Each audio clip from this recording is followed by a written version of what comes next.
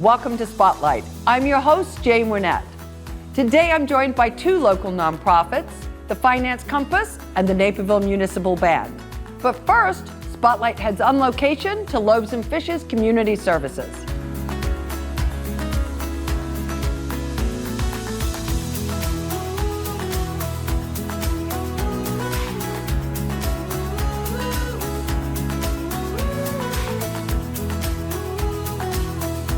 Today's Spotlight is brought to you in part by presenting sponsor, UC Bank.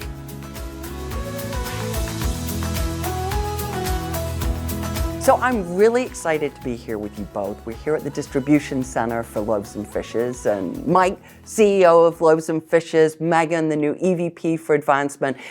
Thank you for welcoming us in. And we're gonna get going, Mike, with you. How are things going here at the Distribution Center and also in general with Loaves and Fishes? Sure. Well, first of all, thank you for having us here today to talk with you. But so Loaves and Fishes is the largest food pantry in the state of Illinois. We're serving about 10,000 people a week now, which is triple where it was just 3 years ago.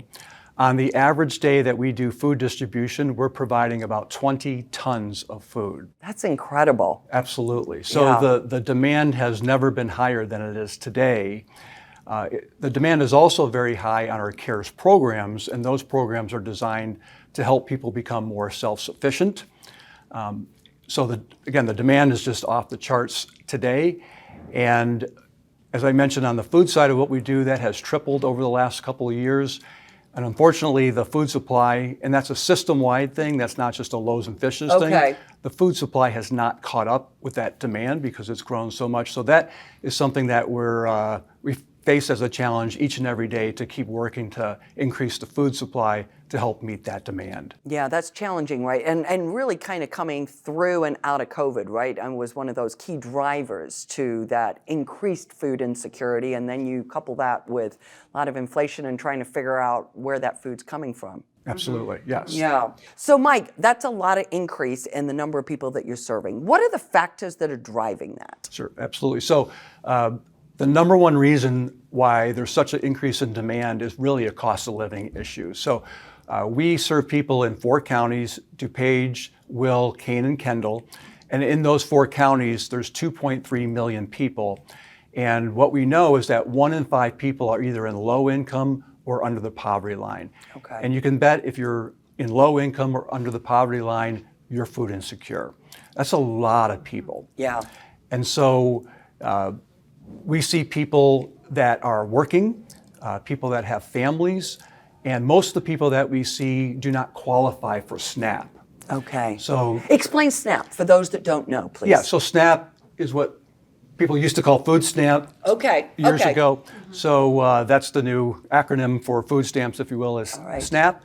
And it's based on income levels and so forth. And so about half of the people that don't earn as much as the cost of living, the basic cost of living, about half of those people do not qualify for SNAP. Okay, that's a lot of people. We call that the SNAP gap. The SNAP gap, yeah. And so those are most of the people that come to a food pantry like Loaves and Fishes for help. Most of the people, again, that we see are not eligible for SNAP. They're hardworking families. They're just not earning enough for the basic cost of living. Yeah, and I think that's an important distinction, right? Because I think a lot of people oftentimes don't understand that it's people that are working. It's not that they're not working, it's just that it's not making the ends meet. Right. Yeah. Megan, you're new in your position, not new now to Loaves and Fishes. Talk a little bit about the hub and spoke model and how that's really addressing the things that Mike's talking about with the food insecurity. Right. Well, you heard about the need, and really with this building coming online, we're currently in the food distribution hub here in Aurora. It's really transformed our ability to meet that need. So our hub is the location where all the food comes in. Okay. It's sorted by volunteers, packed and ready to go then out to our spoke or food distribution locations. And now we have not only our market in Naperville, which is a client choice market, but an additional 12 locations where people can come and get food in their own neighborhoods across those 4 counties that we serve. And those organizations include faith communities, hospitals, schools, other locations that have volunteers as part of their network, an identified need, and a location where we can easily get the food out. And I talked about the transformation. This really has been transformational because we've been able to reduce the cost to serve each client by 40% with this model.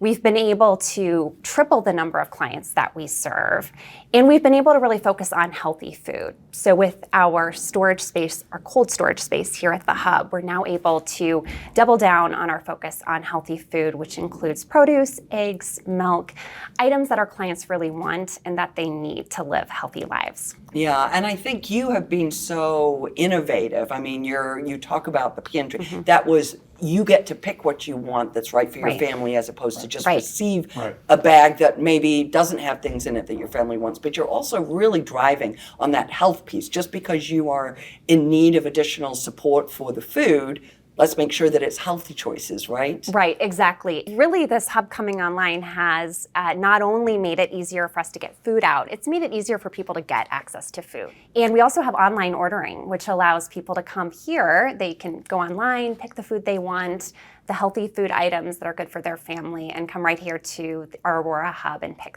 those food items up. So that makes it more convenient. Exactly. Yeah. Exactly. Yeah. I mean, I know you did a lot of work on this with the team over the years to get to this model. Super nice to see it come online. You're growing. I know you both wish you were not growing, but talk about in that growth, kind of what's next for you. So absolutely. So, you know, we always start with what do we see as the demand going forward? What's the need going to be? And unfortunately, in today's environment, we see the demand increasing, you know, certainly in the next short term, if not intermediate term as well. So the question that we always ask ourselves is how can we serve the community better and how can we serve more people where there's an unmet need? Okay. And so one of the things that we're looking at doing and going down the path is, as Megan mentioned about our very successful hub and spoke model, which has increased access for so many clients, reduced our cost to serve by 40%, is doing more of it and increasing capacity at our hub. So if we can increase capacity at our hub, that allows us to leverage that and open up more areas across the 4-county area that we serve to serve people where they're at. And so that's something that is front and center for us. How can the community help you? Well, thanks so much for that question. There are really 3 key ways that people in the community can support our work. And first and foremost, we invite viewers to consider giving. Every dollar fuels hope, and we are so grateful for all of the members of the community who are supporting our work, both financially and through donations of food. Mike talked about food supply. Secondly, volunteers. So, you know, your time and energy definitely makes a difference and helps transform lives. We rely at Loaves Fishes on over 1,000 volunteers a year to make our work possible. That's an incredible number. Yes. Yeah. So everything from stocking shelves to sorting food to directly working with our clients, there's a role for everybody. Okay. So that's definitely something to consider. And then finally, help us spread the word because food insecurity is closer to home than many people think. And we invite viewers to help spread the word, invite their friends to join, and really amplify our impact. Yeah. And you can do that by following us on social media, signing up for our e-newsletter, and all 3 of these opportunities you can learn more about at our website. And I just want to end with a client story to share how the collective efforts really are making a difference. We recently had a former client walk through our doors, and it wasn't for help, it was to give back. And this client shared a story with me that she came to Loaves Fishes at the lowest point in her family's life. She was struggling to put food on the table. And she came to us for food, was able to get that, but also was connected to our CARES program, which Mike's mentioned, which really helped her get access to the tools she needed to become self-sufficient. She shared, it was the best moment, that she's in her dream job now. She's financially stable and thriving. and she and her husband wanted to give back. So she came in with a donation to help the next person. And I think this story is really proof that we're not only just feeding families at Loaves and Fishes, but with the help of the community, we're really transforming lives. Yeah. Megan, that's a great story, and I'm sure makes all of you really appreciate the work that you're doing, transforming lives. I think you just said it, and helping people become sustainable. That's the goal, right? Yeah. Thank you so much for being with us today. We really appreciate it. Thank you, Jane. Thank you, Jane. Absolutely.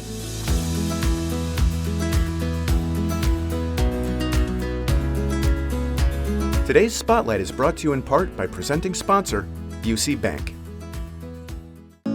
This is the When Art Flourishes, Everyone Flourishes commitment. This is the Let's Revitalize Our Neighborhoods commitment. This is the Roll Up Our Sleeves and Pitch In commitment. This is Busey, where our commitment to strengthen our communities is a top priority. Through energetic, engaged volunteers, through monetary support and advocacy. Because Busey is more than a bank that does well, we're a bank that does good. Today's Spotlight is brought to you in part by presenting sponsor, UC Bank.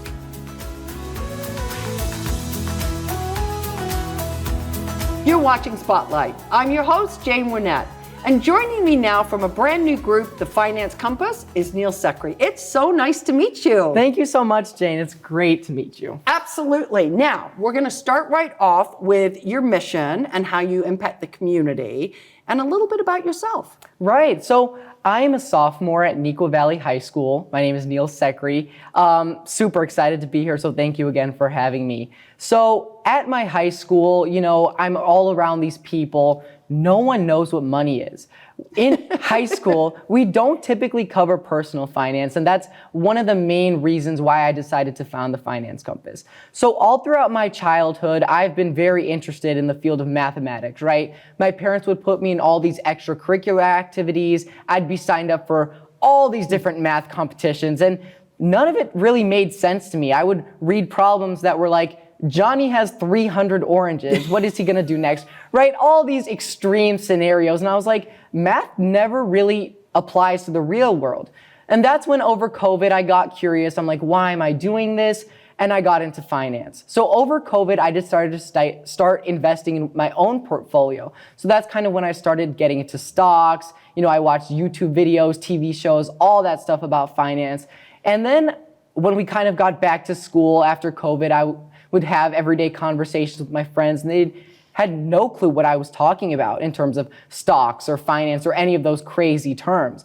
So I realized there's such a lack of this knowledge that's very crucial for at least success during adulthood. And that's when I decided it would be beneficial for people to have financial education. So financial literacy is very crucially overlooked in schools, and that's why my goal, my mission is to bring it to people all across the community.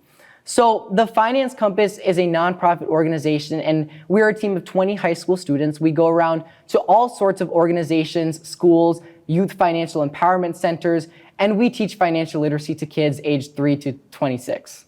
Wow. That's impressive. Good for you. I'm so excited by that because I think it is really, really true. And of course, you would appreciate it. It's the time value of money. So the later you start to be smart with money, less money you potentially might have, right? So I think that's terrific. And you said 20. You've got 20 people working with you. So right we now. are a team of 20 high school students from all across Naperville, the Naperville High School. So we have Neuqua, Mateo, Waubonsie, Naperville Central, Naperville North. And we've worked together, we've come together, developed this really great curriculum for kids of all ages. And we'll partner with organizations wherever there's kids. We love to teach kids. It's what drives our mission. It's our passion. So we're absolutely so incredibly grateful for the opportunity to do that. I love that. Giving back, and you're probably learning a lot yourself in that process, I would imagine. Of course. So as someone that wants to pursue a career in finance, maybe personal finance, corporate finance in the future, I definitely have learned a lot, especially through my team members as well. Our content meetings, our curriculum meetings, we learn a lot about finance just based on the drive to educate others. Okay. Give me a story, something that, has happened since you started this that you're like, oh, I know I'm on the right path here. Right. Okay. So my brother, soccer player, right? Very into soccer. He used to be on this club in Aurora called Chivas Rojiblancos. It was a soccer team. And my team and I, we were kind of looking to expand outside of Naperville, maybe a little bit into Aurora as well. A lot of the youth there come from underprivileged backgrounds. The demographic there's not as many resources for them, especially in terms of education, let alone finance. So we decided, hey, that soccer club might be a great opportunity for us to teach the kids. So I reached out to the coach and he was immediately interested. So we scheduled a date, we met in the basement of the coach's house, and those kids were ecstatic. It was great to see their faces light up when something clicked or they had learned something new. Absolutely wonderful. And that's kind of what made me realize, like, hey, this is really a great thing that we're doing. You got a need that you're filling. Yeah, absolutely. As we talk about needs, what's the greatest need for your mission? So right now, there's a lot of unawareness of the crucial, like how crucial financial education and financial literacy is. People don't realize financial education is power. It's something that will put you up on a pedestal for future success into adulthood, right? So what people should realize is there's so many resources out there, just like the services our organization is providing, whether that be one-to-one mentoring, workshops, programs. There's so many services out there, even for free, that people can take advantage of. They can leverage to take that step towards financial success. Okay. Neil, and so talk a little bit about that, because you've obviously created this curriculum that you're doing, but do you also, as part of your objective, to connect the people that you're working with, the different groups, the different youth groups, with other resources? Right, yes. So one thing that sets us apart from a typical school lesson is we want our students to not only retain the information that they're learning, but also apply it to practical scenarios. So all of our programs, our workshops, they will incorporate engaging activities that allow the students to look at real world scenarios and see, how does this knowledge actually apply? So for example, today we did a workshop at IMSA. It was through a youth summit. And the students were high schoolers learning about budgeting and personal finance. And we actually had them create a budget, given a salary and a job, and they were able to create a budget applying their knowledge to the real world. So I think that's what helped set us apart. Yeah, sure. Now, how do you partner with other organizations? Yeah, so we partner with schools, youth organizations, financial literacy organizations, sports teams, like I had mentioned before. Just wherever there are kids, we love to offer financial education completely for free. So one of the things that we look for when partnering with organizations is the synergies in our mission. Right? So any similarities in the mission, we are not trying to reinvent the wheel. At this point, there's very little time to make a significant impact. That's our goal, is to maximize the impact, right? So we can teach as many kids as possible. So what we're looking for is organizations who are very similar to us. For example, we're currently in a partnership with Junior Achievement. A national organization has impacted millions of kids. Their goal is to prepare kids for adulthood. Through business, through finance, entrepreneurship, all those very important professional skills. So we sort of reached out to them, we collaborated, found ways for our missions and our curriculum to intersect, and it's been great so far. We've been able to reach hundreds of kids. Overall, amazing experience. Yeah, coming together and building on each other's strengths. Absolutely. Yeah. Yes. What's one thing you wish the community knew about your organization? Right. So our organization, we work very hard in the community to gain publicity, for people to understand the true benefit of financial education. As I had mentioned before, financial education is crucial for success, especially as people make the jump into adulthood. As soon as you enter adulthood, a lot of decisions hit you instantly. Right. I remember there was one instance in my Spanish class in middle school, and my teacher was very impressed with how I did on an assignment. And she was like, "Neil, can you file my taxes for me?" And while it is a joke, right, there's some meaning behind it too. There's a critical lack of financial education, even basic skills like filing taxes, among adults, among kids, like I've noticed. And that's the thing I want people to realize, is that if we get this curriculum into schools, most of these problems would be solved. In Illinois, it's currently not mandated, at least personal finance education, and I truly think that it would be beneficial. That's the ultimate end goal, is for all youth to benefit from financial literacy education, because truly, it does give them that stepping stone to independence. Yeah, well, I think as you said at the beginning, knowledge is power. Financial literacy is power, right? People are going to work very hard for those dollars. How do you stretch them? How do you manage them? How do you make them go further than you potentially have the capability for, right? Absolutely. Yeah, you're an inspiration. Congratulations on getting this started. We really appreciate you stopping by, and we'll be interested to track your progress and see how you do. Thank you so much. It was great to meet you. Great to meet you too, Neil. And if you would like more information about the Finance Compass, please go and visit their website. We're going to take a quick break, but stay tuned. We're coming right back with more Spotlight.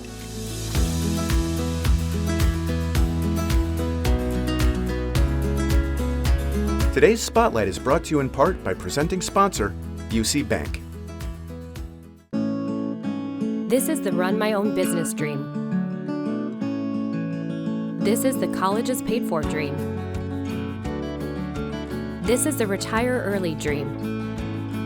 This is Busey, where your dreams and possibilities become moments through trusted guidance and expertise, through lifelong relationships. Because we're here to help you achieve the life you've always envisioned. What's the matter, boy? What are you trying to tell me?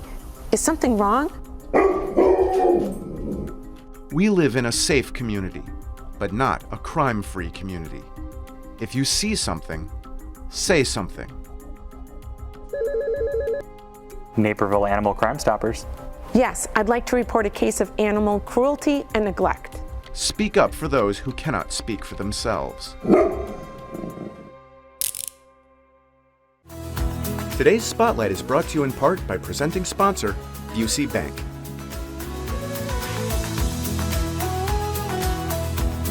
Welcome back to Spotlight. And joining me now from the Naperville Municipal Band and the Big Band are Emily Binda and Tracy Oliver. So nice to have you both with us. I'm excited for this conversation. Thank you. Emily, I'm going to start right out with you. What's the mission? Simply stated, the mission is to serve the Naperville community and also to promote lifelong musicianship. And that manifests itself in a variety of different ways. But I think when we're talking about supporting the community, it's being there for the good times, celebrations, adding music to those, and then also being with the community during the rough times. Providing music when we're perhaps mourning a loss or going through a struggle of sorts. The band is honored to be a part of all of that. And when we talk about lifelong musicianship, we are so thankful to partner with the younger people, showing them that music is for life. They don't have to give up their instrument after they graduate. In fact, most of the band is not a music major. So showing them that music is so critical to their education, their upbringing, being a part of humanity, and giving them opportunities to play. And we are just so excited with scholarships and having our kids' concerts and all those great opportunities to really promote that notion. I love that. I love that because I think we do, all of us find solace in music, right? And it really does, but all your emotions, from the joy to the grief, music is always there. So I love that. I love that. And it not having to be your first profession, it's just a joy that you might, dabble in a little bit more, let's say. Exactly. Yeah. Exactly. Now, Tracy, the big band. Yes. Okay. Yes, please. Tell me a little bit about the big band and why you joined. Well, let's back up and tell you a little bit about how it started. Okay. The original conversation was in the summer of 2003. Ken Kalina, our founding director, was having a conversation and somebody said, why don't you start a big band and we'll play on the 2004 summer season in the park. Okay. He was not totally convinced that there was an audience for big band music anymore. Okay. He played in a lot of the big bands in the 50s and 60s. Yeah. And so a little cajoling, and he finally relented and started the band. And it was made up of members of the Municipal Band. That's right. And the first concert, we rehearsed the previous season, and then we played our first concert in the park July of 2004. Okay. And it was a huge success. I can Very imagine. well received. Yeah. So much so that we became a regular member of, or regular part of that program about the concert in the park. Okay. So we've been doing that ever since. The success was so much that we expanded the program and added the celebration of big band concerts later in the summer, where we have a guest big band join us, and we go back and forth, kind of the music from them, from us, and then at the end, both bands combine for a big finale number. Oh, love that. So that's been 9 years now. Okay. Oh my gosh, yeah. Yeah. So I mean, it's terrific. And talk a little bit about you and the directorship. How did you get engaged? I was originally in the saxophone section of the band in 2004. Okay. And with the passing of our founding director, Ken Kalina, I was asked to step out of the sax section and lead the band. Okay. So that's Step forward, and you did. Step forward, and I have. Okay. Yes. What do you like most about it? Oh man, I would probably say that the sharing that love of big band music. Yeah. The people in the park are so receptive to what we're doing. Yeah. And it just thrills us to death. I mean, it's so much fun. Emily, talk a little bit, because you've had a very long journey with the band. You've now been at the helm for a while, and talk a little bit about a moment that really for you just highlights your mission and something that you really are moved by or proud of. Now, it won't be just a moment, Of right? course You know not. how that works. Okay. But that's okay. Let's see. Since I started playing when I was 15, what I'm about to describe has been huge to me. And it's every time we play the Armed Forces Salute. Love that. I do too. And when you get to see the audience, it's very magical. Now that I'm conducting, I don't really get to see as much. When I was playing tuba, I got a perfect view of everything. But we play that at the patriotic concert. So that's obviously a very joyous situation. But I think when I'm very moved by that is at the Memorial Day ceremony, right? And that's a day where we're remembering some of the hardest things about service. Yep. And those folks have been through so many things that we can't even relate to most of the time, correct? Absolutely. So on that day where we're bringing those emotions forward, we always try and end with the Armed Forces Salute. And I'm always taken every single time by watching folks, especially those who may have had a hard time getting into the park. Yep. And have been seated the whole time. The minute their song plays, Up they get. Up they go. Yes. Springing out of that chair, you're not Yes. going to stop them. Up they go. Yes. And saluting and feeling pride. Yep. And feeling like I matter. Yeah. And to say thank you through music that way, and to have that kind of emotion come out when they hear that song, priceless. Yeah. Absolutely priceless. So I've I find watched that. It's an amazing thing. Oh yeah, and I'm usually weeping. I can't. I'm weeping thinking about it. I mean, it really is. It is very moving, because you're right. People are seated, and they have been seated, and and thank them for their service. Indeed, right? Yeah. indeed. What and an honor. right, what an honor to just play and provide that. I also think when we're talking lifelong musicianship, seeing young people at concerts. We did a kids concert last summer, and we had beautiful little children come on stage and conduct with glow sticks. Oh, okay. Right. I wasn't sure how this was going to go over. Yeah. Huge hit, right? Yeah. I mean, we had tons of kids come up.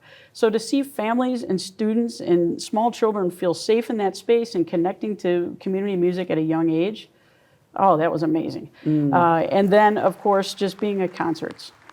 We talk about serving the community, and I think that's spreading joy. And so our concert on March 2nd, to turn around and get the warmth from that audience, they truly appreciated what we played. It was just no words were spoken, but you could feel it. Yeah. And then to turn around and see the way the band is responding to that response, oh my gosh. Yeah. Yeah, it's so powerful, and just something that it's very humbling to be a part of, and I'm very thankful for that. Yeah. Yeah. Well, very well said. And I mean, what a symbiotic relationship, right? You're getting the benefit as a musician of sharing this passion, and then you're seeing the reaction that it has to the people that are listening to it, right? That's right. It's both the joy of the giving and the joy of the receiving in that situation. Right? Tracy, what's one thing you wish the community knew about your organization? Well, first, very much like the Municipal band, the jazz band is made up entirely of very talented amateur musicians. Most of them played in jazz bands in high school and on into college, and now this is an outlet for them to continue that journey. Yeah. The other part of it is that we have started playing in places outside of the park. Okay. That's For instance, this year will be the 10th time, the 10th anniversary of our performance at the DuPage Veterans Foundation fundraiser for Honor Flight. Oh, what a And great, we play that's there every year. wonderful. Yes. That's wonderful. I mean, and particularly, you sort of think of that, and obviously it's an evolving generation, but many of the people that are going on that, this was the music they grew up with, right? This Yes. is the experience that they had in that service. Yes, and we tailor the music to the veterans that are going to be there. So this year we're 60s and 70s music. So we're doing a lot of Beatles and lovely. Rolling Stones. and Yes, stuff. yes. Yeah. Look at you go. Yeah, so it's always fun. We really look forward to that show every year. That's nice. It's a good That's time. nice. Do you get to play your sax, or are you still always up front now? I'm mostly up front. Okay. This upcoming concert, I'll dig out my clarinet for a Artie Shaw solo. Oh, nice. Very nice. Yeah, Good. so So that'll you be a good you time. get to give that gift back too. Oh, lovely. The additional thing is that we're finding places that a 17-piece big band can come into Fit. and play. Sometimes it doesn't work. Yeah. So we started a combo with 4 horns and a rhythm section and a vocalist to be able to go into other places that are just a 17-piece band Just won't wouldn't fit. work. Yeah, no, that's fantastic. Yep. I really like that. What a great, I mean, you guys are just constantly evolving, and I really love that to meet your mission. That's great. Emily, what's one thing you're really excited about for the future? I'm just excited for more performances, more connections with the community. And I think now more than ever, we need us moments. We need moments where the world slows down and we can just enjoy beautiful things together. It's not contentious. We can all share human moments. And that's exactly what concerts are. So for me, I am excited about the first show this summer where I get to hit the button and that door starts to open. And then Steve kicks off the theme song and the band starts playing and that door gets high enough so you can look into the audience and see it filled with awesome people in Central Park, and the music starts. And like I said, for a little while, the world just sort of stops and we're all together. I love that. I do too. It's a beautiful thing, and we need more of that, and we're excited to provide that every Thursday night in June all the way through into August. Yeah, thank you so much for that. I mean, it is the gift of music, and I can tell by just talking to you, it's the gift that you give personally and that you get something back from, but as importantly, we all get to enjoy it. So thank you so much for coming by. Thank we you. really appreciate it. Can't wait for the summer. For more information about the Naperville Municipal Band and the Big Band, please go and visit their website.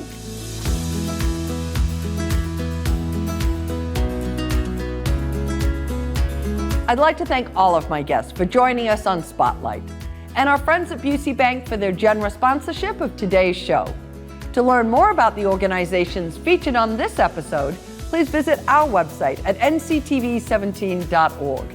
And to stay informed about what's happening in our community, sign up to receive our daily news update and like and follow us on social media. For Spotlight, I'm Jane Wernette. Thank you for watching. Today's Spotlight is brought to you in part by presenting sponsor, Busey Bank.